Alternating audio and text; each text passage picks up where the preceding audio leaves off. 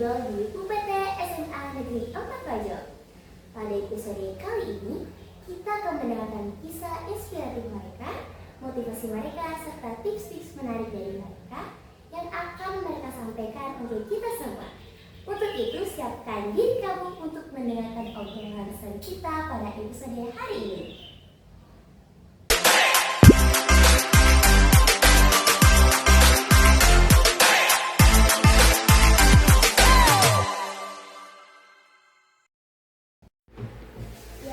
Baik, sebelumnya Kak, mungkin kakak-kakak bisa memperkenalkan diri. Halo semuanya, perkenalkan saya Octavian Arif, salah satu siswi di UPT SMA Negeri 4 Wajo. Perkenalkan, nama saya Nurul Sumitanima. Saya juga merupakan salah satu siswa-siswi UPT SMA Negeri 4 Wajo. Halo, saya Nurdina. Saya merupakan salah satu siswi di UPT SMA Negeri 4 Wajo. Baik nih kakak yang cantik-cantik semua ini, aku ingin bertanya nih Kak, bagaimana sih perasaan kakak setelah terpilih menjadi siswa eligible? Kalau saya, perasaan saya itu pastinya senang karena tidak semua orang pasti bisa masuk di eligible. Dan saya senang juga karena apa yang telah saya usahakan itu membuahkan hasil. Perasaan saya,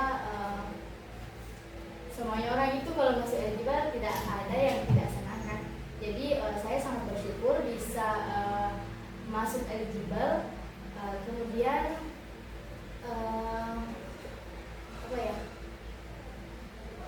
perjalanan ini belum sampai di sini saja karena masih ada tantangan yang lebih besar ke depannya seperti dunia perkuliahan.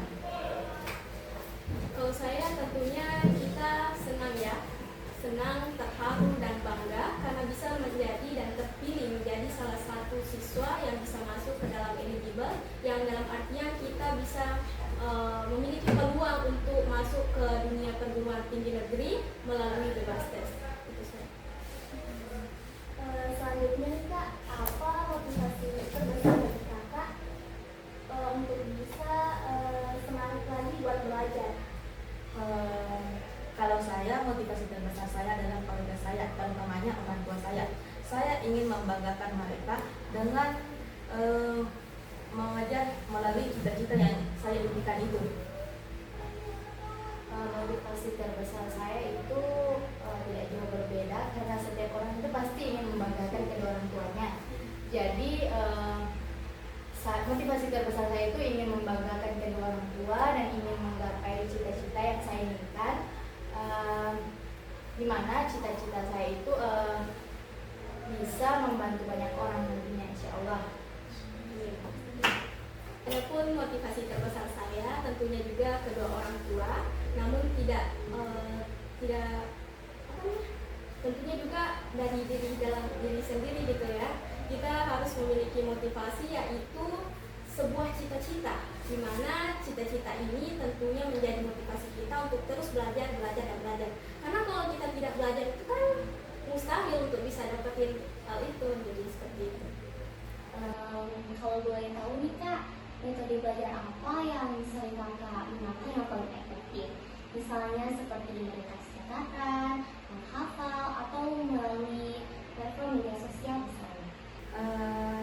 Biasanya saya itu menggunakan metode belajar dari media sosial.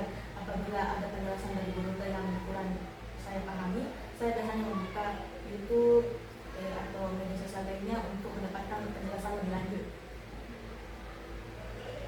Jadi metode belajar yang saya gunakan itu semisal pelajaran yang memerlukan rumus seperti mata pelajaran kimia, matematika. Saya itu menandai catatan saya dengan stabilo supaya mudah diingat, karena kalau misalnya banyak sekali sini itu catatan pasti bilang yang mana ini yang harus dipelajari.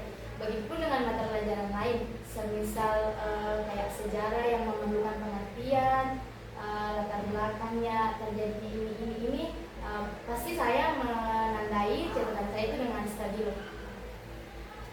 Adapun metode pembelajaran saya ada dua, ketika diberikan penjelasan oleh guru, itu biasanya saya kembali tulis dalam catatan sesuai dengan apa yang saya hafal dan apa yang saya ingat, sehingga itu lebih memudahkan saya untuk bisa memahami sebuah mata pelajaran seperti itu. Pernah nggak sih kakak-kakak merasa jenuh atau malas untuk belajar?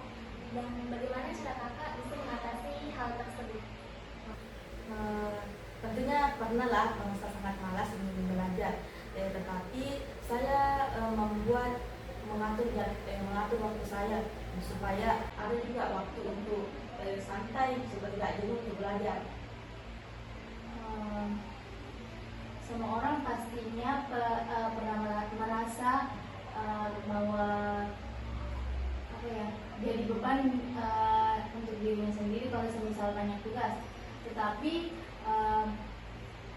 saya ketika merasakan hal tersebut pasti saya berpikir bahwa kalau saya tidak mengerjakan pasti tidak bakalan selesai. Jadi walaupun saya sering merasa lelah atau jenuh bahwa banyak sekali tugas, atau seperti sekarang kelas 12 banyak sekali tugasnya banyak sekali tugasnya untuk sebelum lulus dari sekolah ini.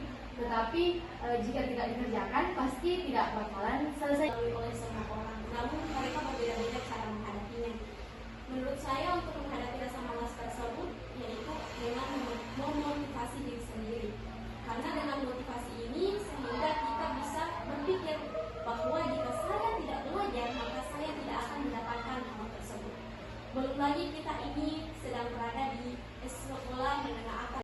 Baik, kami sangat mengucapkan terima kasih banyak kepada kakak-kakak atas tips-tipsnya dan pesan-pesan untuk kami semua.